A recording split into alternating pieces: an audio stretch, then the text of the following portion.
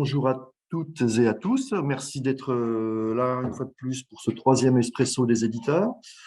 Euh, Comme d'habitude, c'est toujours le même principe, en tout cas pour le moment. Donc, 10 minutes en compagnie d'une éditrice, et ceci pendant 3 fois. Donc. Et le dernier quart d'heure sera consacré aux questions, aux remarques, réflexions éventuelles. Juste vous dire tout de suite, le deuxième Espresso qui a eu lieu le 12 septembre est en ligne, donc vous pouvez le retrouver sur le site de l'agence. Vous dire aussi que le troisième se déroulera le 5 décembre, lundi 5 décembre, donc je suis en train de concocter ce nouveau trio. Pourquoi le 5 décembre? C'est un petit peu tard parce qu'en fait, nous avons les petites fugues, le Festival de littérature des petites fugues, la deuxième quinzaine de novembre. Donc, c'est un petit peu compliqué d'organiser. Donc, voilà, ça décale un petit peu. Et puis après, on se retrouvera volontiers sur janvier.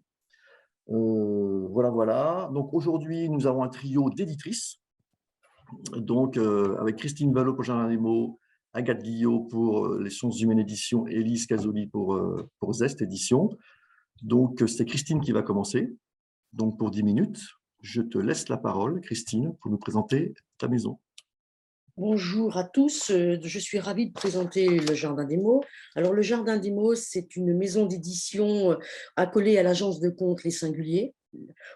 On est au départ de l'aventure une agence de contes, donc on connaît très bien le conte, donc on édite des livres de contes. Le Jardin des mots, il existe depuis 2007 et on a réédité un livre emblématique qui est entre guillemets la Bible de l'apprenti conteur qui s'appelle Conter en art en 2007 et l'aventure était lancée. La première collection, c'est Les Savoureux. Premier livre édité, c'est Fruits rouges, livre CD avec Michel Hinenock qui fait partie des très grands conteurs français. Voilà, il a voué sa vie au conte. Le conte lui a bien rendu parce qu'il a 76 ans et qu'il se porte merveilleusement bien et qui continue à raconter, à former. Voilà, c'est un jeune homme de 76 ans. Et donc l'aventure a commencé avec lui.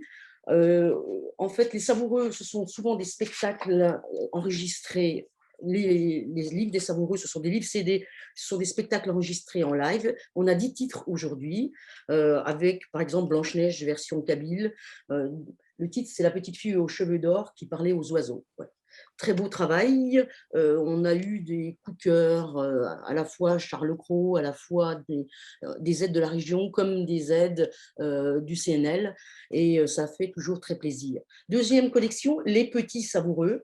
Et là, il y a 2 livres qui sont arrivés en juin. Les 7 laits de Muriel Bloch. Et puis, Kaouni voulait savoir, L'arrivée du feu chez les hommes, un très très beau travail d'Anne Neviel. Livre CD, contes et musique. Les Petits Savoureux, ça répondait à une attente des instituteurs, des enseignants en général, qui me disaient que les savoureux, c'était quand même entre 30 et 1 heure, et c'était quand même assez long. Les petits savoureux, c'est plus petit, c'est plus facile, c'est plus abordable. Il y a aussi un très très beau travail de Muriel Bloch qui s'appelle La goutte de miel, et je pense que dans ces périodes difficiles, avec ce qui se passe, la guerre à l'autre bout de l'Europe, La goutte de miel explique qu'à cause de simplement une petite goutte de miel qui tombe au mauvais moment, au mauvais endroit, il va y avoir la guerre pendant des générations entre le village d'en haut et le village d'en bas, et ils vont finir par se massacrer à cause d'une petite goutte de miel. Je pense que les enseignants qui ont envie d'aborder ce sujet, malheureusement d'actualité, voilà, ça c'est un très beau travail de Muriel Bloch, elle est redoutablement efficace, il n'y a pas de jugement, il n'y a pas d'état d'âme, elle raconte son histoire, elle est avec son musicien, voilà, c'est quelque chose à mettre entre les mains des enseignants et des enfants. Alors, Les Petits Savoureux dit, livre CD à ce jour. Et puis, Les Gourmands. Alors, Les Gourmands, c'est un conte illustré avec à la fin une recette de cuisine. Parce que nous, dans la vie, on est évidemment gourmand. On est gourmand d'histoire, mais on est aussi gourmand de très bons petits plats et de recettes de cuisine. Et Les Gourmands, voilà, c'est. Et le dernier de cette collection, c'est Ail ou oignon de Muriel Bloch, avec un superbe travail d'illustration de Isabelle Raquin. Voilà, c'est son premier livre. Elle vient du spectacle vivant, mais je trouve que c'est vraiment quelque chose d'assez extraordinaire.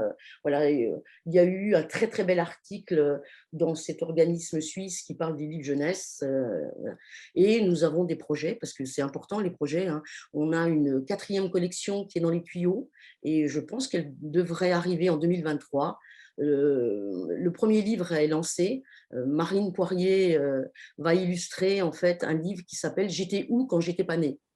Et là, on n'est plus dans le conte, on sera dans quelque chose qui explique la vie. Les contes expliquent la vie, hein. Mais voilà, on aura moins de texte, mais ça sera quelque chose, on va essayer de faire des choses toujours aussi, des livres qui répondent aussi euh, au monde dans lequel on vit, qui expliquent le monde dans lequel on vit, et qui soient aussi parfois là, assez légers. Je prends Ayu Oignon, c'est un livre intelligent, évidemment, mais c'est aussi quelque chose qui, évidemment, est rempli d'humour. Ça fait du bien, l'humour, hein. Un peu de légèreté, un peu d'humour, ça fait du bien. Donc, je pense qu'on en a tous besoin et que c'est une belle façon de se faire plaisir. Donc, et puis, c'est vrai que nous, il faut que nos livres aient tous du sens et qu'ils soient ouverts sur le monde. On travaille avec des conteurs qui sont d'origine soit du Maghreb, soit d'Afrique, hein, Rémi Boussangui, pour ne pas le nommer. C'est assez merveilleux. Ils ont une façon d'expliquer le monde avec beaucoup de douceur, de philosophie et de tendresse qui font plaisir. Donc voilà, je veux dire, mon autre plus grande joie, c'est d'aller partager les livres. Hier, nous étions au salon du jeune lecteur dans le pays de Montbéliard, rencontrer les familles, rencontrer les enfants, raconter les histoires aux enfants, c'est quand même aussi que du bonheur, quoi. Et j'ai aussi le plaisir d'animer des ateliers dans les classes. J'ai un très beau projet dans une école de Belfort, écrire un conte avec des enfants qui sont en fait qui vont commencer à lire, mais ce sont les enfants de maternelle, grande section de maternelle. Et donc, voilà, ça risque d'être un projet formidable parce que aller à la rencontre des enfants, partager les histoires avec les enfants, écrire, c'est que du bonheur, quoi. Donc, j'insiste là-dessus. Moi, j'aime que les livres voyagent, j'aime rencontrer les autres, mais j'aime aussi que les livres rencontrent évidemment les autres. J'ai beaucoup de plaisir. Mercredi, je serai à la Foire aux Livres, mercredi après-midi, à la Foire aux Livres de Belfort. C'est pareil, je vais à la rencontre des familles. J'ai un jeu, un concours de dessin. Et ce que j'aime, c'est évidemment prendre le livre, l'ouvrir et raconter l'histoire. Et quand je vois que l'enfant commence à accrocher, que les parents derrière ou la mamie derrière accroche, je me dis c'est gagné. Pas pour le partager. Et je pense qu'offrir une histoire dans un monde parfois un peu lourd, offrir des histoires et que les gens y repartent avec une histoire, je me dis peut-être qu'ils la raconteront, peut-être qu'elle va les nourrir et ça me va bien.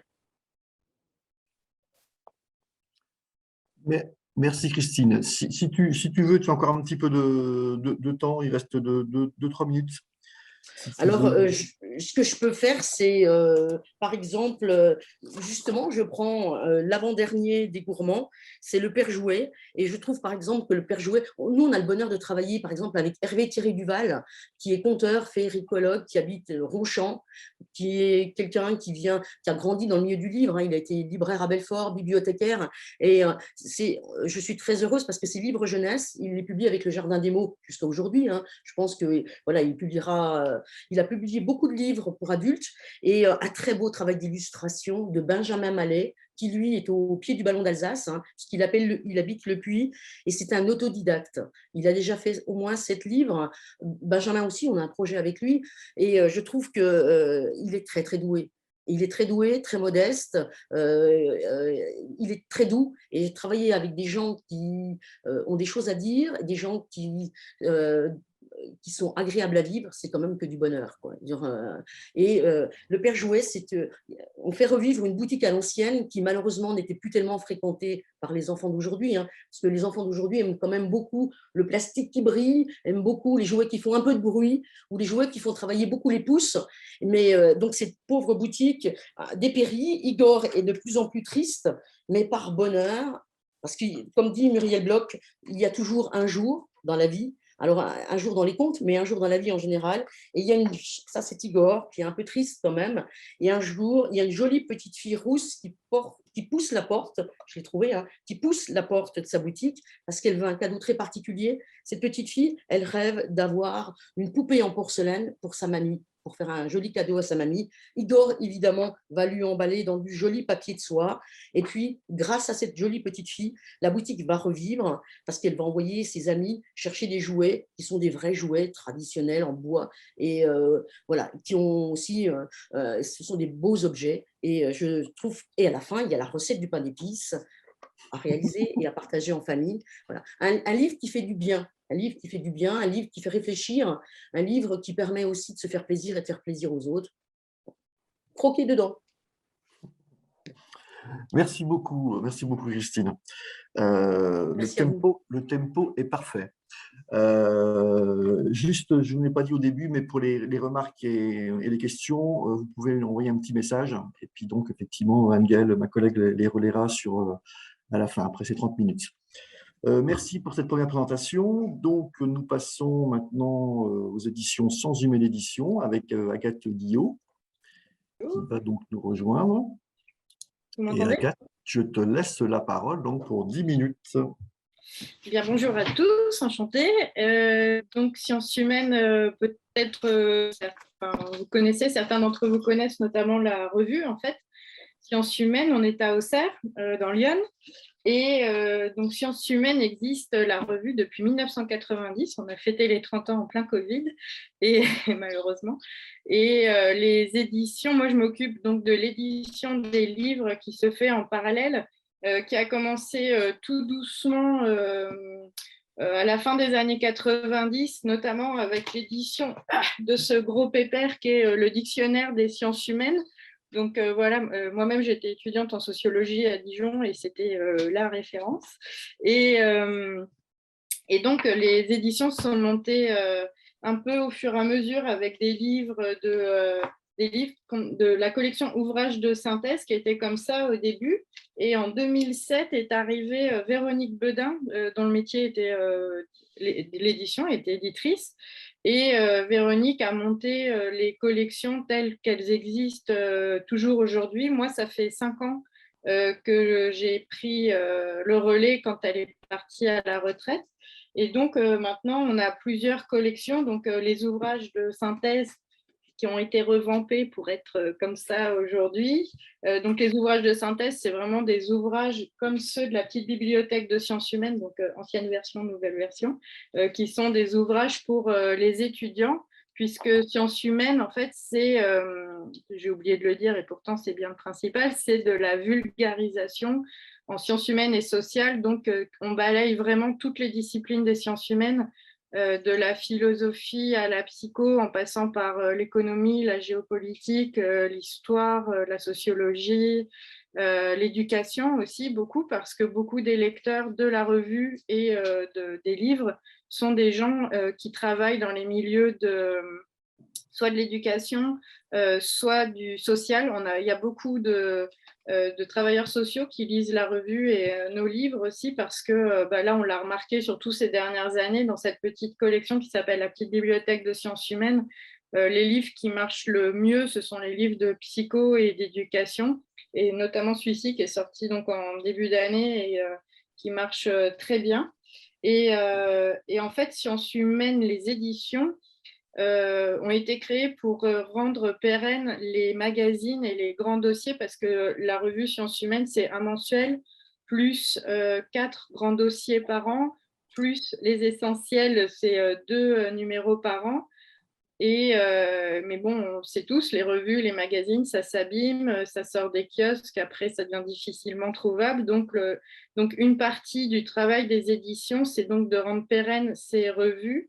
Donc mon travail, c'est de les reprendre, de les augmenter, parce que souvent un grand dossier, ça fait pas un livre. Donc on va piocher ailleurs, on fait des commandes de texte, etc. pour en faire un livre, et puis on met à jour aussi les textes, parce que parfois la reprise en livre se fait pas directement. Ça, il peut se passer 2 ans, 2 ou 3 ans entre la sortie de la revue et le moment où ça devient un livre. Donc, il y a un travail de remise à jour, etc. Donc ça, c'est à peu près pour moitié des publications. On publie environ une grosse douzaine de livres par an. Et puis l'autre partie, ça va être des livres inédits, donc avec des auteurs qui, pour la plupart, sont des universitaires. Par exemple, dans la collection donc ouvrages de synthèse, celle-ci, elle mêle à la fois des inédits, comme ce livre sur la sociologie qui a été écrit par Jean-Louis Fabiani, qui est professeur de sociaux, et des livres, comme là je ne l'ai pas sous la main, mais comme on en a fait un sur la santé, où là c'est des reprises de hors-série sur la santé qu'on avait fait et qu'on a remis à jour. Et ça, c'est vraiment des livres beaucoup plus ciblés pour les étudiants. Donc, les étudiants aujourd'hui n'achètent plus beaucoup de livres, ils achètent beaucoup de chapitres ou de morceaux de livres sur mais ce qui est très bien aussi, hein, c'est une nouvelle forme de lecture sur des plateformes comme Cairns, par exemple. Donc, du coup, on passe aussi, nous, au numérique. Tous nos livres sont publiés en papier, bien évidemment, et c'est là qu'on fait nos plus grosses ventes, et en EPUB et PDF. Et donc, ces versions numériques sont mises sur des sites comme ceux de Cairns, où on voit qu'effectivement, là, les étudiants vont beaucoup plus aller piocher que dans des livres comme ça qui valent 22 € et qui sont peut-être pas assez intéressants dans leur globalité pour eux. Mais bon, on continue malgré tout à en faire quelques-uns par an, même si c'est vrai que depuis la création des éditions, la balance commence à s'inverser et on fait des livres qui sont un peu, alors toujours dans la même veine bien évidemment, mais qui sont un peu plus grand public, notamment dans la collection Barbara, une collection qui a été créée en 2017 avec notre best-seller que vous avez peut-être vu passer un jour, La psychologie de la connerie. Voilà, donc ça, on l'a décliné en trilogie. Alors, mes mains ne sont pas assez grandes pour avoir les trois en même temps.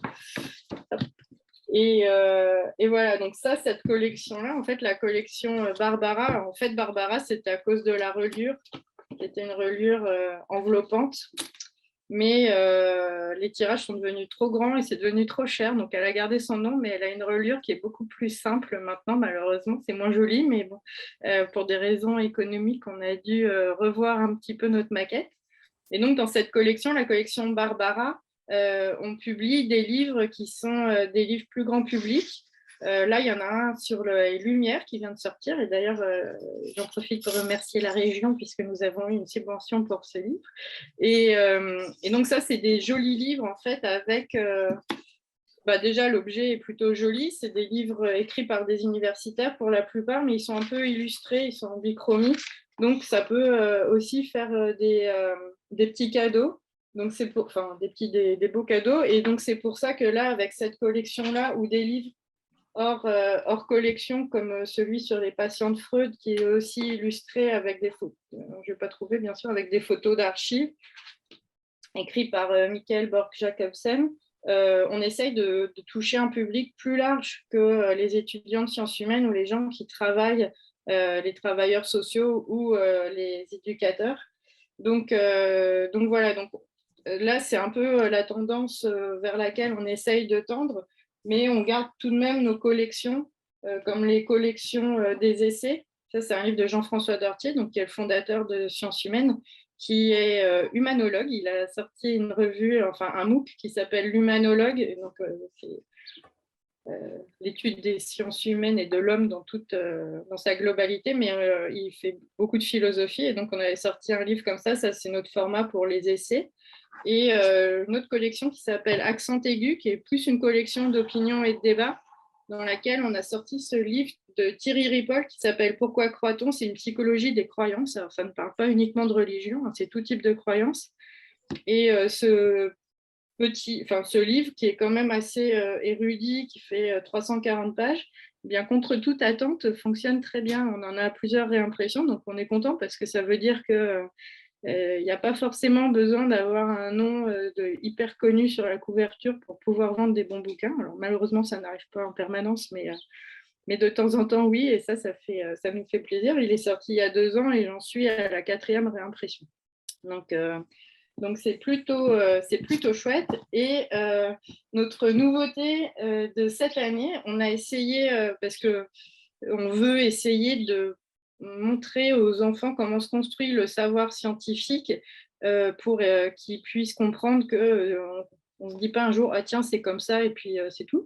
Et que derrière, il y a des chercheurs, il y a des historiens, des paléontologues, des archéologues qui ont travaillé pour qu'on puisse savoir ce qu'on sait aujourd'hui. Donc, on a créé une collection de documentaires jeunesse qui s'appelle Comment sait-on?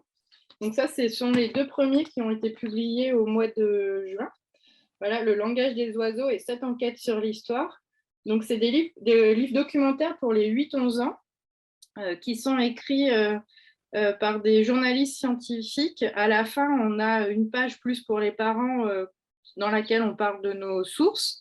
Mais donc, ce sont des livres qui sont illustrés par Marie Dortier, qui est donc illustratrice, mais on mêle illustration et photographie documentaire pour vraiment montrer, parce qu'il y a des choses que les dessins ne peuvent pas montrer dans leur exactitude. Et donc, là, c'est celui sur l'histoire. On a fait... voilà, on travaille beaucoup par double page sur laquelle on traite un sujet. Et le prochain sort bien ce jeudi, c'est Les animaux et nous, donc sur les relations entre les animaux et les humains. Donc on part de la préhistoire, de l'Antiquité jusqu'à aujourd'hui, en abordant des thèmes qui ne sont pas forcément très rigolos, comme l'abandon.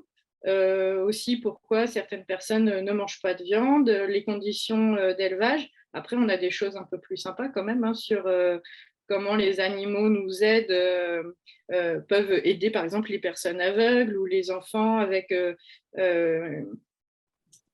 j'ai oublié le nom. Enfin, quand on... Ah, j'ai un trou de mémoire, excusez-moi. L'équicie, voilà. Comment les chevaux, par exemple, peuvent redonner confiance aux enfants qui sont autistes ou autres. Donc, il y a des choses un peu plus gaies quand même. On ne va pas faire que des petits végétariens avec ce livre, même si ce serait pas mal.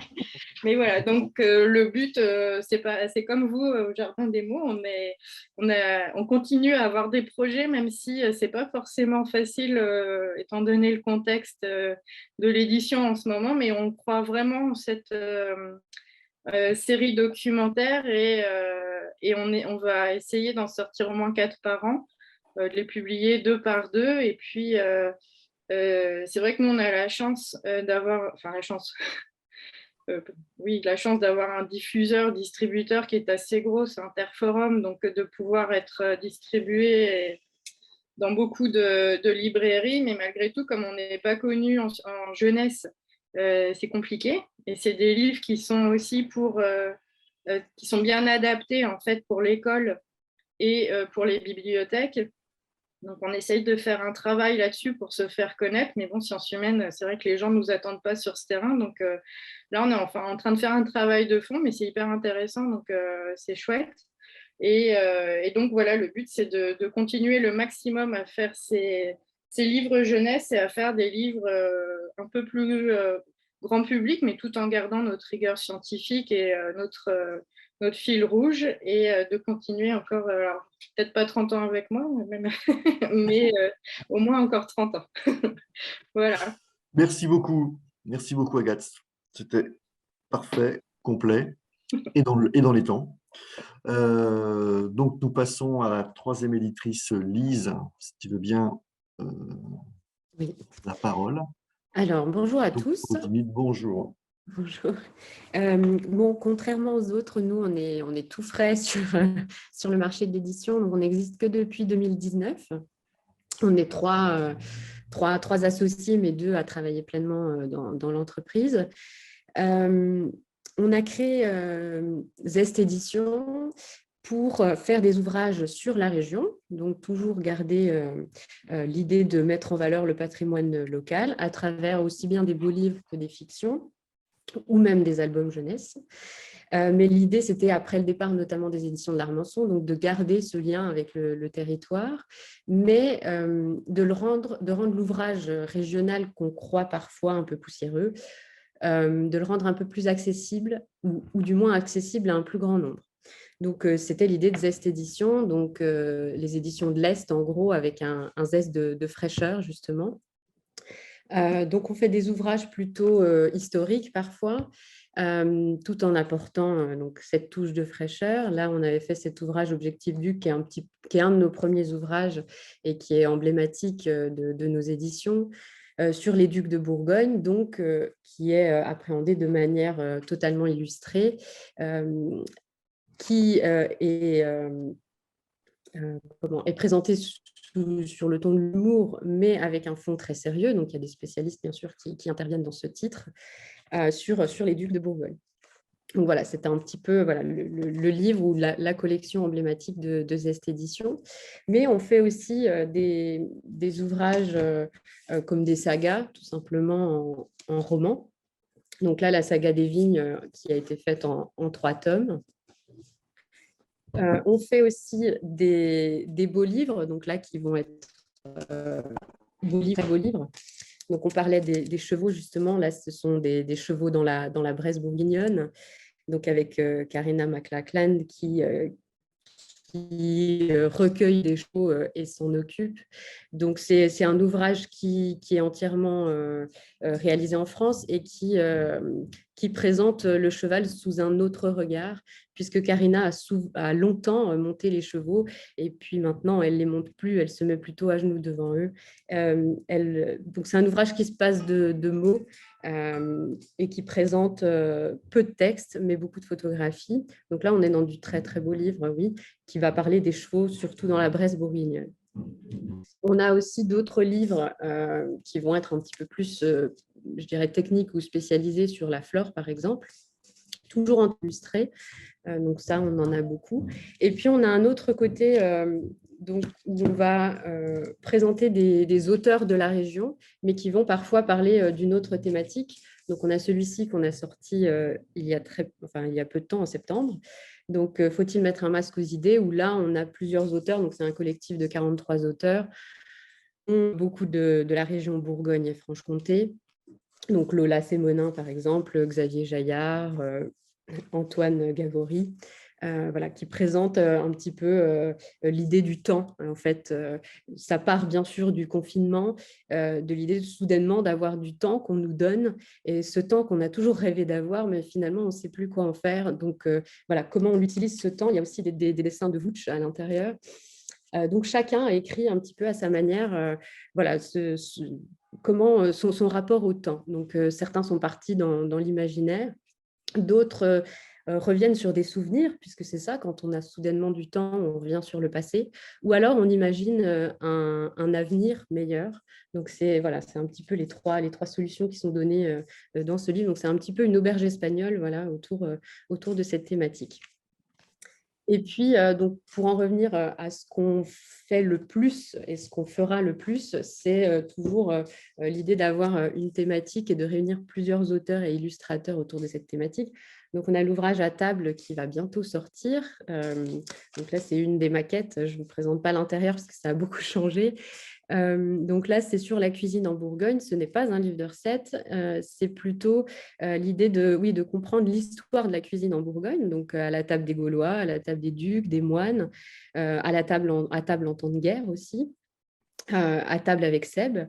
Et puis ensuite, d'avoir une partie souvenirs d'enfance où plusieurs auteurs, donc comme Claudine Vincenot, vont parler de leur enfance en fait à table aussi. Donc sur Henri Vincenot, sur d'autres, sur Saulieu aussi, on parle de l'oiseau. Et partie spéciale de la région, donc, où là on a tous les produits régionaux qui sont présentés. Donc là, je vous montre la maquette, ça a changé, mais voilà, un petit peu. Donc, des cartographies selon les départements et de tous les produits qu'on va pouvoir trouver dans la Bourgogne. Donc, c'est traité toujours avec humour, on met beaucoup de sérieux aussi. Et là, avec plusieurs illustrateurs et auteurs. On a aussi une dernière petite branche qui est la branche jeunesse, où on a créé aussi une collection d'imagerie en langue des signes.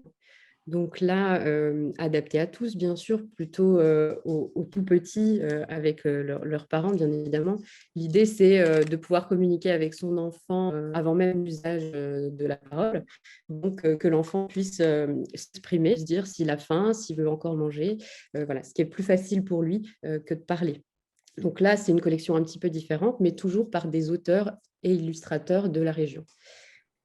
Donc là, pour l'instant, on a 2 autres qui arrivent bientôt, donc sur des thématiques à chaque fois. Donc là, la thématique, c'est les débuts, donc pour vraiment appréhender les mots le b.a.-ba en fait de la langue des signes, donc pour comprendre de manière très, très simple la langue des signes et pouvoir la pratiquer. Ça, c'était aussi une commande de certains lieux qui avaient besoin d'un support plus facile pour les personnes qui faisaient des ateliers justement en langue des signes. Et donc, dans le même esprit, dans la même collection jeunesse, on a aussi un livre qu'on vient de sortir, donc Les aventures au bout de l'école, avec Barbara Fouquin, où là, on est plutôt à partir de 8 ans, qui est un ouvrage qui est aussi illustré et que l'on peut colorier. Donc, c'est un petit peu la spécificité de ce livre. Et l'idée est de pouvoir à la fois le lire et colorier. Pour une fois, les enfants ont le droit de colorier le livre. Donc là, on a 2 histoires. Donc, c'est l'histoire d'une petite classe en Bourgogne qui réussit à replonger dans des parties de l'histoire. Dans celui-ci, 2 parties, donc une sur la Première Guerre mondiale et puis une sur la bataille à Alice-Sainte-Reine d'Alésia avec Vercingétorix. Donc, il y a toujours tout de même un petit pan sur la région. Voilà. C'est un petit peu l'idée de la maison d'édition. Et toujours avec une note un petit peu plus fraîche pour s'adresser à un nombre un petit peu plus grand. Voilà ce que je dirais donc pour la maison d'édition.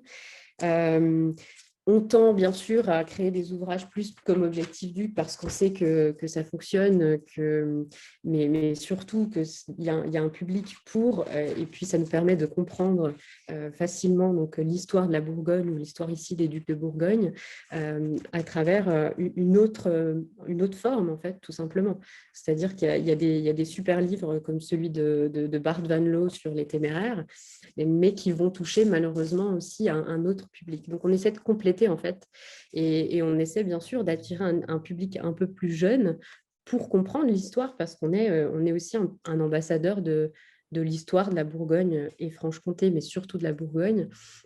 L'idée, c'est de garder ce lien, ce fil, et de ne pas avoir toujours des ouvrages un peu plus anciens.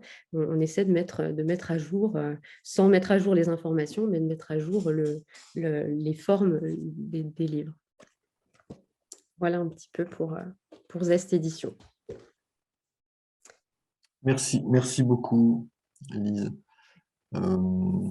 Merci de vos 3 interventions qui ont, je pense, donné envie d'en savoir un peu plus sur vos maisons et de connaître les ouvrages. Donc, on est très bien au niveau du temps. Tout le monde a respecté à peu près ces 10 minutes. J'ai l'impression qu'il y a eu pas mal de petites questions qui sont apparues. Donc, Anne-Miguel, les amis, on t'écoute. Oui. Alors, une première question pour Zest Édition. Parler de commandes pour les livres jeunesse et de vous rattacher à la région. Alors, qu'est-ce que vous entendez par rattacher à la région ? C'était une commande dans le sens où c'est des maisons d'assistantes maternelles qui en faisaient la demande d'avoir un support pour pouvoir communiquer, pour pouvoir donner à la suite d'ateliers en fait, un support ou vendre un support qui soit en lien avec les ateliers. Voilà, c'était plus dans ce sens-là. C'était plus une demande qu'une commande. Je ne sais pas si je réponds comme vous le souhaitez à la question. En complément de cette question, puisque dans la région, moi, je me demandais aujourd'hui comment vous faites aujourd'hui pour être, puisque vous êtes une jeune maison, comment vous faites aujourd'hui pour être connu sur évidemment la Bourgogne, mais peut-être la partie franc-comtoise dans les semaines et les mois à venir, votre volonté d'être diffusée, distribuée, elle en est où aujourd'hui? Oui, alors aujourd'hui, on distribue nous-mêmes. Il y a aussi une chose que je n'ai pas dite, mais qui est un peu la particularité de Zest Édition, c'est qu'on a une partie à la fois maison d'édition, aussi une partie communication, c'est-à-dire qu'on fait aussi de la prestation de services pour d'autres clients. Donc, c'est vrai que c'est ces deux parties qui nous permettent, donc, enfin, la partie prestation de service nous permet de financer une grande partie de la partie édition aujourd'hui. Donc, pour la deuxième question, donc oui, on se distribue pour l'instant nous-mêmes. L'idée, c'est de se rapprocher d'un distributeur régional, bien sûr, pour aider cette partie-là et puis nous permettre de souder parce qu'on reçoit énormément de manuscrits et ça nous prend beaucoup trop de temps. En fait, voilà, c'est la difficulté aujourd'hui d'une c'est d'essayer d'être partout et de pouvoir tout faire, ce qui n'est pas toujours le cas. Donc, en termes de distribution, pour l'instant, on se distribue, mais on est en train de voir justement comment on peut fonctionner autrement dans la région du Mans. Merci beaucoup. Anne-Gaëlle? Alors, également, une double question à l'attention du Jardin des Mots. Oui. Quelle est l'origine de la création et pourquoi se spécialiser dans les contes? Alors, j'ai peut-être pas été claire au début, ou alors j'ai oublié. En fait, au départ de l'aventure, on est une agence de conteurs. Voilà. Les Singuliers proposent des spectacles de contes. Les Singuliers existent depuis plus de 22 ans. Ils ont été créés dans le Doubs, dans un petit village qui s'appelle Vaudreuil-Villars. Et ensuite, en 2009, on est venu s'installer au pied du Ballon d'Alsace, à Serre-Mamagny. Et donc, nous, tous nos auteurs, jusqu'à aujourd'hui, sont des conteurs, puisque en fait, nous fréquentons évidemment beaucoup les conteurs que nous allons écouter, que nous accompagnons. Hein. Et donc, j'aime tellement le conte que le but, c'était de le faire vivre et peut-être de le dépoussiérer un peu, parce que le conte a quand même tellement d'années derrière lui qu'on a tendance à se dire que c'est… Tout le monde a une idée sur le conte, tout le monde connaît le conte en principe. Hein. Je veux dire, mais on essaie aussi de faire des choses qui sont des contes traditionnels, mais avec des illustrateurs qui vont y donner du punch, qui vont y donner de la vie. Quoi. Et nous, on a cette particularité de ne jamais enlever un mot à un livre. Je racontais, David le sait, hein, mais je racontais par exemple que le petit garçon qui n'aime pas les livres, il y avait dedans le mot turpitude, et Hervé Thierry Duval, l'auteur, m'avait dit, alors je lui disais, Hervé, on le garde? Il me dit oui, on ne le touche pas. Et donc, on a gardé ce mot et il me dit, écoute, les gens chercheront dans le dictionnaire. Ça me va bien aussi d'avoir cette exigence. Je pense que c'est important aussi en tant que maison d'édition de se dire que les mots ont du sens et il faut les garder. Et puis, j'aime bien les onomatopées, on les met dedans. Nous, on travaille sur une langue orale. C'est une langue orale. Ce n'est pas de la littérature classique, c'est vraiment de l'oralité. Et c'est pour ça que c'est important que les livres vivent et qu'on puisse les raconter et les lire à l'oral. Il faut vraiment… La langue est jolie, il faut l'utiliser, il faut l'entendre. Je ne sais pas, est-ce que j'ai répondu à votre question? On ne sait jamais. Merci Christine. Alors ensuite, dans les partages dans le fil d'information, l'abbaye de Droite de Dijon indique que dans sa bibliothèque numérique, l'abonnement à Cairn est en version papier et que les étudiants étant inscrits à l'Université de Bourgogne ont donc accès. Et puis, pour compléter, toujours à l'attention des éditions Sciences Humaines, la responsable du master métier du livre indique qu'une étudiante serait intéressée par cette maison d'édition et demande si vous avez des stagiaires.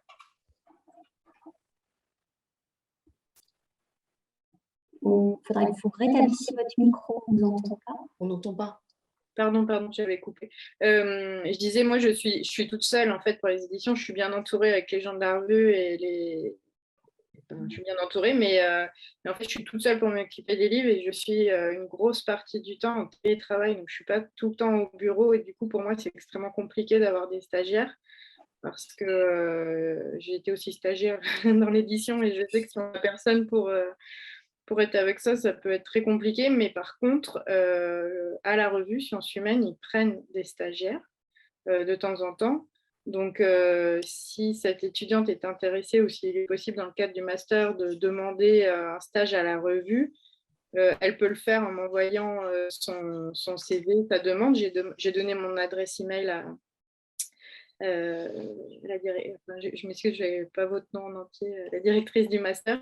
Et moi, quand je suis à Auxerre, c'est certain que je suis disponible pour partager et montrer des choses à cette stagiaire, mais moi-même, je ne pourrais pas l'apprendre aux éditions. D'accord, merci. Pas d'autres questions. Il n'y a pas d'autres questions pour le moment. Est-ce qu'il y a, du coup, en live, est-ce qu'il y a des interrogations qui viennent ou pas de différentes personnes? Ou est-ce que nous allons clore? Ah, Moi, j'en ai oui. une. Oui. Oui, j'en ai une pour sciences humaines, justement. Je voulais savoir si, parce que vous parliez beaucoup de commandes de texte, mais vous recevez tout de même des manuscrits, des propositions directement au WeDouter? Oui, on reçoit des manuscrits par email ou par la poste assez régulièrement. Les gens ont beaucoup écrit pendant le confinement et j'ai reçu beaucoup de textes à ce moment-là. Et depuis que je suis là, on en a publié un d'un universitaire qui m'avait écrit. Mais après, d'une façon générale, c'est vrai que j'ai travaillé dans d'autres maisons d'édition et c'est souvent le ratio un peu. Mais oui, on en reçoit et il y a pas mal de gens qui. Enfin, pas mal. Je sais pas, je saurais pas dire, mais j'en reçois peut-être. Je reçois peut-être 5-6 propositions par mois avec des choses plus ou moins farfelues et très sérieuses. Voilà. Mais oui, on en reçoit. Je veux bien poser une petite question. Je ne sais pas si on m'entend. On vous entend très bien. On m'entend, d'accord. Oui, c'était aussi pour Agathe Guillot. Je suis ravie de voir que vous avez repris le collier parce que j'ai travaillé avec Véronique Bedin chez Hachette. Feu le temps, je dirais. Voilà, et je suis vraiment ravie de voir que ça perdure parce que voilà, c'était une personne vraiment qui en matière d'édition avait des idées et je crois bien mener sa barque. Donc je suis ravie, Agathe. Écoutez, mais moi aussi, je suis ravie. Ouais, mais c'est ce que je disais, Véronique a vraiment monté c'était son job là, quand elle est arrivée de monter les éditions en tant que telle et du coup prendre la suite derrière était plus facile hein, puisque mais voilà. Mais oui, on continue et puis vaille que vaille, on continue à sortir des livres. Bon, merci à toutes. Ah, une dernière question. Pour les éditions Sciences Humaines et le Jardin des Mots, publiez-vous des ouvrages traduits? Alors, pour le Jardin des mots, non. Pour le moment. Alors, les contes viennent de loin, puisque on a des contes qui viennent d'Ouzbékistan, une histoire qui se passe là-bas. Mais évidemment, non, pour le moment, nous, ce sont toujours des ouvrages en français. Nous aussi, il y a eu une traduction une fois, mais en fait, ça coûte beaucoup d'argent de faire traduire des livres, puisqu'il faut acheter les droits puis faire traduire. Et les sciences humaines, ça pas, les mises en place, etc., ne sont pas forcément très importantes, donc c'est difficile de rentrer dans ces frais. Et puis, on a une production en France universitaire qui est assez bonne, donc pour le moment, non. Mais par contre, on vend à l'étranger. Alors, moi, j'ai juste envie d'ajouter que, par exemple, nous, les contes africains, Rémi Boussangui, il chante dans sa langue. Voilà. Pareil pour, par exemple, les chanteurs, le conteur d'origine du Touareg, évidemment, ce sont des chants traditionnels. Hein, donc, ils chantent dans leur langue. Donc, c'est vrai que c'est aussi un voyage en Afrique. Muriel Bloch, dans Aïe ou Oignon, a mis de l'anglais. L'histoire se passe en partie en Écosse. Donc, voilà. Donc, on joue aussi, mais ce ne sont pas des contes traduits. Non. Une dernière question, très bien. Une question de la Bibliothèque nationale de Besançon sur les possibilités d'animation en bibliothèque. Oui, je voulais compléter. Bonjour à tous. Bonjour. Donc, on voulait déjà vous remercier parce que c'est passionnant pour nous d'entendre parler des éditeurs des livres qu'ils fabriquent. Voilà, on découvre avec plaisir grâce à cette animation Espresso des éditeurs.